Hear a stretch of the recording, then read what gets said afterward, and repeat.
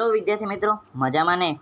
સ્વાગત છે આપ સર્વની એક જ માત્ર યુટ્યુબ ચેનલ આરએફની મોજ એફઆરની મોજ યુટ્યુબ ચેનલ પર. આજે આપણે શું કરવાના છીએ? એકમ કસોટી જે 2024ના રોજ લેવાની છે, 12/9/2024ના રોજ વિજ્ઞાનનું પેપર છે, તેનું સંપૂર્ણ સોલ્યુશન લઈને આવ્યા છે. માત્ર ને માત્ર 20 જેવા પ્રશ્નો છે. બે પાર્ટની અંદરથી મોસ્ટ આઈએમપી પ્રશ્નો મેં ખોજી નીકાળ્યા છે. કહીએ ને, કાદવની અંદરથી હાથ નાખીને મસ્ત મજાના પ્રશ્નો તમારા માટે કાઢીને લાવ્યો છું. ચાલો જોઈ લઈએ. જવાબ સાથે લખેલા છે, ઓકે? એટલે તમારે જવાબ જોવા માટે પણ ક્યાંય અલગથી જવું પડશે નહીં, અથવા તો વાંચવું પડશે નહીં. તો ચાલો જોઈએ. માનવ આંખને તેના વિવિધ અંગો વિશે સમજૂતી આપો. જોઈએ તો માનવ આંખ એક કેમેરા જેવી રચના છે, ઓકે? વિધાનની અંદર પણ પૂછાઈ શકે છે કે માનવ આંખ એક ખાલી જગ્યા જેવી રચના છે, અથવા તો એવું ખરા ખોટાની અંદર પણ પૂછાઈ શકે છે. મારા ખ્યાલથી ખરા ખોટાની અંદર પૂછાઈ ગયું હોય એવું મને લાગે છે, ઓકે? મેં જોયું નથી, પરંતુ તમને કહી દઉં કે સાચું કરી દેવાનું. માનવ આંખ એક કેમેરા જેવી જ રચના છે, ઓકે? જેના અંદર લેન્સ હોય એવી રીતે આપણી આંખની અંદર પણ નેત્રમણી અથવા તો લેન્સ આવેલો હોય છે. સ્ટાર્ટ કરીએ વિડીયો, ઓકે? જોઈ રહ્યા, પહેલું છે એના અંદર આકૃતિ મેં નથી દોર્યું, ઓકે? કહી દઉં તમને. એના અંગો વિશે ચર્ચા કરવાના છીએ. આકૃતિ તમારી રીતે તમારે દોરવાની છે. આકૃતિ મને પણ દોરતા નથી આવડતી, તમને કહી દો ચોખ્ખી જ વાત. પારદર્શક પટલ, આંખના ડોળાનો જે આગળનો ભાગ હોય ને, બહાર તરફ ઉપસી આવેલો પારદર્શક ભાગ, તેને શું કહે છે? પારદર્શક પટલ કહે છે, ઓકે? હું બધું વાંચીને નથી સંભળાવતો, તમને ટૂંકમાં તમને સમજી જાઓ એવી રીતે હું તમને કહેવાનો છું. તેનો વ્યાસ આશરે 3.3 સેન્ટીમીટર હોય છે. હાથમાં દાખલ થતા પ્રકાશના કિરણો મોટાભાગનું વક્રીભવન પારદર્શક પટલની બહારની સપાટી પર જ થાય છે, ઓકે? સ્ફટિકમય લેન્સ, જોઈએ તો સ્ફટિકમય લેન્સ વિવિધ અંતરે વસ્તુઓના પ્રતિબિંબ નેત્રપટલ પર કેન્દ્રિત કરવા માટે સૂક્ષ્મ ફેરફાર જ કરે છે, ઓકે? સૂક્ષ્મ, ઓકે? આ પેલો સૂક્ષ્મ એટલે કે થોડું ઘણો જ ફેરફાર કરે છે, ઓકે? કિક્કી, ઓકે? કનિનિકા મિત્રો. અને હા, એક વાત તો રહી ગઈ કે વાત એવી હતી કે આ વખત થોડું ટાઈપિંગના અંદર અજીબ ભૂલો થઈ છે. તમે સાંભળશો ને તો એ તમને હસવું આવી જાય ને, એવી ટાઈપિંગની અંદર ભૂલો થઈ છે. થોડી મેં વાંચ્યું છું, એટલા માટે ટાઈપિંગની અંદર ભૂલ ખાસી થયેલી છે. એટલે ધ્યાન રાખજો. તમે પીડીએફ ફ્રીમાં મેળવી શકો છો, ઓકે? એટલે હસતા તમે તમારી તૈયારી કરી શકો એવી પીડીએફ છે. કિક્કી તો કનિકાની મધ્યમાં આવેલ નાના પારદર્શનશીલ છિદ્રને કિક્કી કહે છે, ઓકે? અથવા તો આ પારદર્શનશીલ ના કહું તો પણ ચાલે. કનિકાની મધ્યમાં કિક્કી આવેલી હોય છે, એટલું લખી દો, ચાલે. પ્રકાશ કિક્કી દ્વારા આંખમાં પ્રવેશે છે, ઓકે? કિક્કી આંખમાં પ્રવેશતા પ્રકાશની માત્રાનું નિયંત્રણ કરે છે. એના પછી જોઈએ નેત્રમણીની પાછળના ભાગમાં કનિકાની પાછળના ભાગમાં નેત્રમણી આવેલી હોય છે, જે સ્ફટિકમય લેન્સ છે. નેત્રમણીનું બીજું નામ સ્ફટિકમય લેન્સ, અને એકલું લેન્સ પણ તમે લખી શકો, ઓકે? મેં તમને દીધી આંખમાં પ્રકાશનું વક્રીભવન, ઓકે? સોરી, અહીંયા કીધું ને મેં બહુ અજીબ ભૂલો થઈ જશે. તો આ વાક્યનો કહેવાનો મતલબ એવો છે કે આંખમાં પ્રવેશતા પ્રકાશનું વક્રીભવન થાય છે નેત્રમણીની અંદર, અને નેત્રપટલ પર વાસ્તવિક અને ઉલટું પ્રતિબિંબ રચાય છે. મેં કીધું હતું તમને જોર ભૂલો થઈ છે, તમને હસવું આવી જાય એવું છે. સિલિયરી સ્નાયુઓ નેત્રમણીના કેન્દ્ર લંબાઈમાં વધારો કરે છે, તેથી લેન્સ જાડો કે પાતળો થાય છે અને વસ્તુનું પ્રતિબિંબ નેત્રપટલ પર રચવામાં મદદ કરે છે. નેત્રપટલ જોઈએ તો આંખમાં સૌથી પાછળના ભાગમાં સ્નાયુમય પડદો આવેલો હોય છે. નેત્રપટલ પર પ્રકાશ સંવેદી કોષો આવેલા હોય છે. આથી જ્યારે પ્રકાશ તેના પર પડે છે ત્યારે વિદ્યુત સંદેશો ઉત્પન્ન થાય છે, ઓકે? એના પછી દ્રષ્ટિચેતા જોઈએ તો દ્રષ્ટિચેતા વિદ્યુત સંદેશાને મગજ તરફ લઈ જાય છે, ઓકે? જોઈએ તો અહીંયા વિદ્યુત સંદેશો ઉત્પન્ન થયો, આ મગજ છે, તો અહીંયાથી રનિંગ દોડી સીધું લઈ જશે મગજ તરફ, ઓકે? દ્રષ્ટિચેતા. મગજ આ સંદેશાનું શું કરે છે? અર્થઘટન કરે છે, કે કહેવા શું માગે છે. પછી પેલું મીમ નથી, કહેના ક્યાં ચાહતે હો, એવું. અને આપણે વસ્તુને જોઈ શકીએ છીએ, ઓકે? અહીંયા તરાળ લખી છે, ઓકે? એટલે તરલ રસ, ઓકે? મેં કીધું હતું ને તમને હસતા મજા આવે એવું છે. ભૂલો પણ એવી જ થઈ છે, ઓકે? તરલ રસ. આદર્શ પટેલની જગ્યાએ પટલ. આદર્શ પટલ અને નેત્રમણીની વચ્ચે જગ્યામાં પારદર્શક પટલ, ઓકે? પારદર્શક પટલ અને નેત્રમણીની વચ્ચેની જગ્યામાં પારદર્શક પ્રવાહીની તરલ રસ આવેલો છે તે આંખની અંદરના દબાણનું શું કરે છે? નિયંત્રણ. ઓકે, મુદ્દો તમે સમજી તો જઈશો. ઓકે, થોડી વધારે ભૂલ છે પણ કંઈ નહીં, તમને હસવું આવે એવી ભૂલો છે. મેં પહેલાં વાંચી એટલા માટે મને ખબર પડી, એટલા માટે હું તમને કહું છું. કાચ રસ એટલે કંઈ કાચનો રસ ના હોય હો, કાચનો રસ કરીને અંદર ભગવાને નાખ્યો હશે આંખની અંદર. ના, એવું નથી. નેત્રમણી નેત્રપટલ વચ્ચેની જગ્યામાં પારદર્શક જુઓ, મેં કીધું હતું ને, પારદર્શક જેલી જેવું જે ભાગ હોય છે તેને કાચ રસ કહે છે. શું કહે છે? કાચ રસ. ઓકે, એના પછી જોઈ લઈએ. આંખની સમાવેશ ક્ષમતા એટલે છે તો જુદા જુદા અંતરને અનુરૂપ વસ્તુ નેત્રપટલ પર રચાય એટલા માટે જરૂરિયાત મુજબ આંખના લેન્સની પોતાની કેન્દ્ર લંબાઈમાં ગોઠવવાની એટલે કે વધારો ઘટાડો કરવાની ક્ષમતાની આંખની સમાવેશ ક્ષમતા કહે છે. આગળ જોઈએ આંખનો નજીક બિંદુ એટલે શું? તો જે લઘુત્તમ અંતરે આંખના નેત્રમણી વડે તણાવ વગર વસ્તુને સ્પષ્ટપણે જોઈ શકાય તે અંતરને સ્પષ્ટ દ્રષ્ટિનું લઘુત્તમ અંતર, અહીંયા મંત્ર લખ્યું છે બોલો, અથવા તો આંખનો નજીક બિંદુ કહે છે. માનવ આંખ માટે દૂરબિંદુ એટલે શું?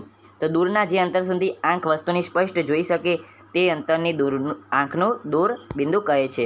સામાન્ય દ્રષ્ટિ ધરાવતી પુખ્ત વ્યક્તિ માટે નજીક બિંદુ અને દૂર બિંદુનું મૂલ્ય શું છે? નજીક બિંદુનું મૂલ્ય 25 સેન્ટીમીટર, દૂર બિંદુનું અનંત અંતરે હોય છે. ઓકે, અહીંયા આનંદ લખાઈ છું, અનંત. ઓકે, મોતિયો એટલે શું તે કેવી રીતે દૂર કરી શકાય? મિત્રો, તમને લાગતો કે આટલી બધી ભૂલ કઈ રીતે થાય? તો મેં બોલીને લખ્યું છે. ઓકે, ટાઈપ નથી કર્યું, બોલીને આ વખત ટ્રાય કર્યું છે. મેં કહું બોલીને કરીએ, ટાઈપ નથી કરવું એટલા માટે. ઓકે, મોતિયો એટલે શું તે કેવી રીતે દૂર કરી શકાય?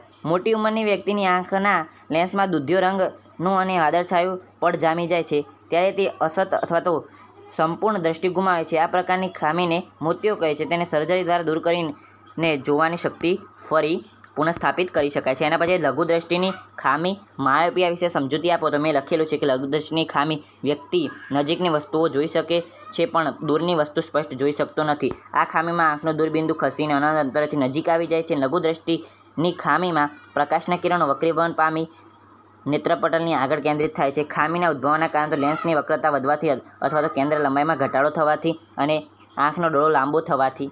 ઓકે, ખામીનું નિવારણ તો યોગ્ય કેન્દ્ર લંબાઈ ધરાવતા અંતર્ગો લેન્સ વાપરવાથી પ્રતિબિંબ નેત્રપટલ પર લાવી દેવાય છે અને વસ્તુનો સ્પષ્ટ દેખાવ લાગે છે. તો મિત્રો, આવી રીતે આકૃતિ પણ છે. ઓકે, પણ આકૃતિ તો તમે તમારી રીતે દોરો એટલું સારું રહેશે. દૂરદ્રષ્ટિની ખામી કોઈ હાઇપરમેટ્રોપિયા. ઓકે, ગુરુદ્રષ્ટિની ખામીમાં વ્યક્તિ દૂરની વસ્તુ સ્પષ્ટ જોઈ શકે છે પણ નજીકની વસ્તુ સ્પષ્ટ જોઈ શકતી નથી. આ ખામીમાં આંખનું નજીક બિંદુ 25 સેન્ટીમીટરથી ખસી જાય છે. ઓકે, ગુરુદ્રષ્ટિની ખામીમાં પ્રકાશના કિરણો વક્રીભવન પામી રેટિનાની પાછળ કેન્દ્રિત થાય છે. ખામી ઉદ્ભવના કારણે તો લેન્સની વક્રતા ઘટવી એટલે કે કેન્દ્ર લંબાઈમાં વધારો થવો અથવા તો આંખનો ડોળો નાનો થવો. ખામીનું નિવારણ તો યોગ્ય કેન્દ્ર લંબાઈ ધરાવતો બહિર્ગોળ લેન્સ વાપરવાથી પ્રતિબિંબને નેત્રપટલ પર મેળવી શકાય છે અને આમ ગુરુદ્રષ્ટિની ખામીનું નિવારણ થાય છે. ઓકે, આગળ જોઈએ તો પ્રેસ બાયોપિયા વિશે સમજૂતી આપું તો ઉંમર વધવાની સાથે સાથે એવું તો થાય જ. આંખની સમય ક્ષમતામાં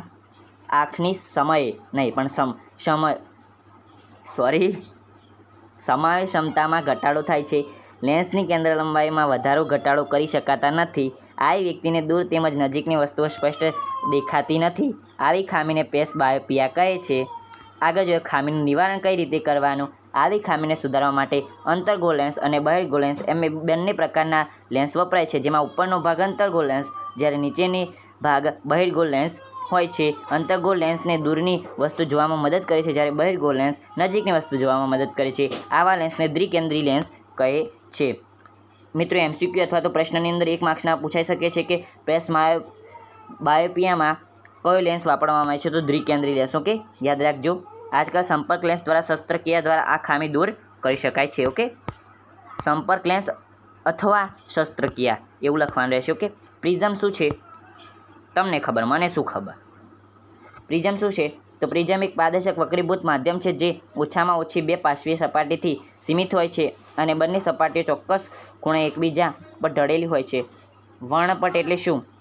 કિરણપુંજના રંગીન ઘટકોના પટ્ટાને વર્ણપટ કહે છે. તારાઓનો ટમટમો. તો ઉત્તર તારાઓના પ્રકાશનું વાતાવરણ વક્રીભવન થવાથી તારાઓ ટમટમવા લાગે છે.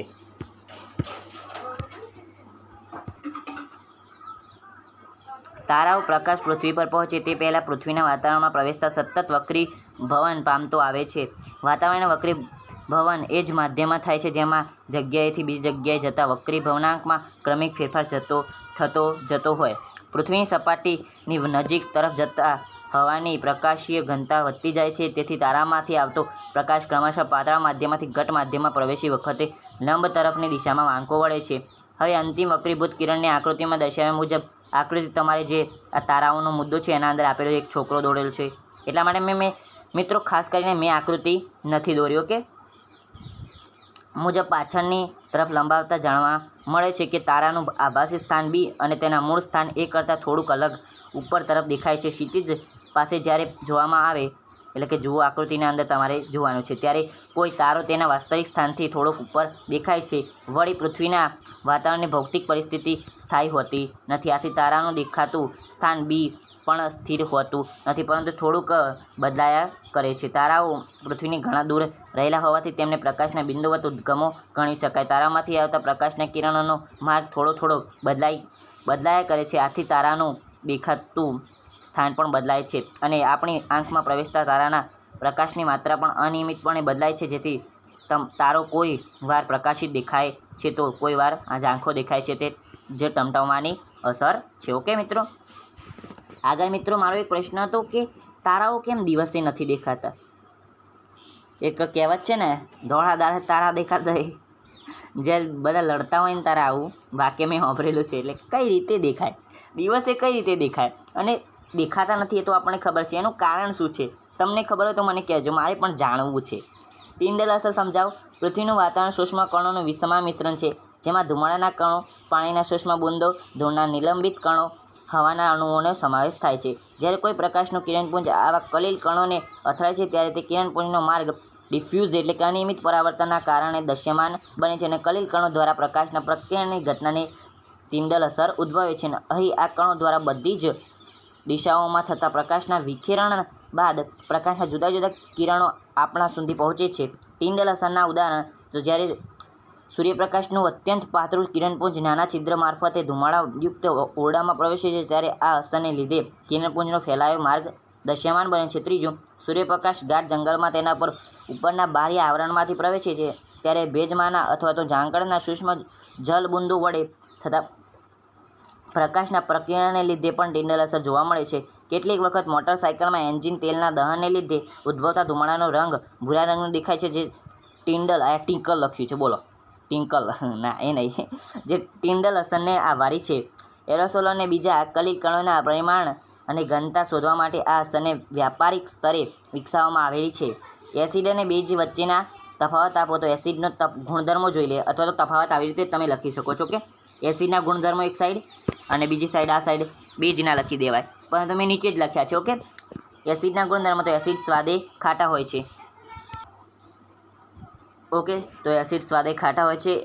એસિડ ભૂરા લિટમસ પત્રને લાલ બનાવે છે. એસિડ બેઝથી તટસ્થ થાય છે. ઉદાહરણ તરીકે લીંબુનો રસ અને આંબલી અને HCl એસિડ.